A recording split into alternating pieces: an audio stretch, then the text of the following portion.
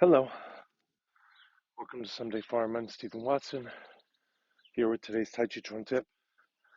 I've been thinking about the deciduous and coniferous trees, or evergreen, I guess, in this case, the evergreen and deciduous trees, and thinking how the deciduous trees rather readily suggest the idea of letting things go that no longer serve us.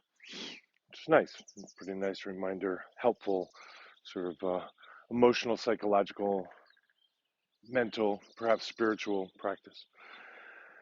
But the evergreens hang on continuously, right? So when things change, the winter comes and the weather changes and the ice and the snow and so forth. They continue to hang on to what continues to serve them, to what's important, and maybe it's a little bit harder, right? The humidity changes and there's more moisture loss.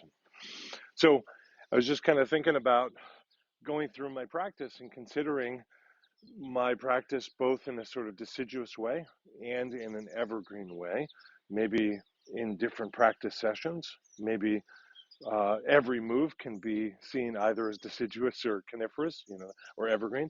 Um, and perhaps it's sort of this section kind of feels this way to me. But either way, to have that kind of reminder that it's not as simple as, oh, we should always let everything go. No, the deciduous trees don't let everything go. They let some things go. And just because some trees let go the sort of the energy centers, the chlorophyll collecting, the solar panels, as it were, doesn't mean that all trees do. So something to consider. And behind me in the distance, we have a bald cypress. So then there we have a coniferous tree that does drop its needles. So interesting hybrid. So good luck with that.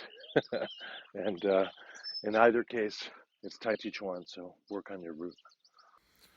Thank you for your support. We're relying on donations now more than ever. Here are all the ways that you can help. Online reviews, sharing videos, commenting, subscribing also help.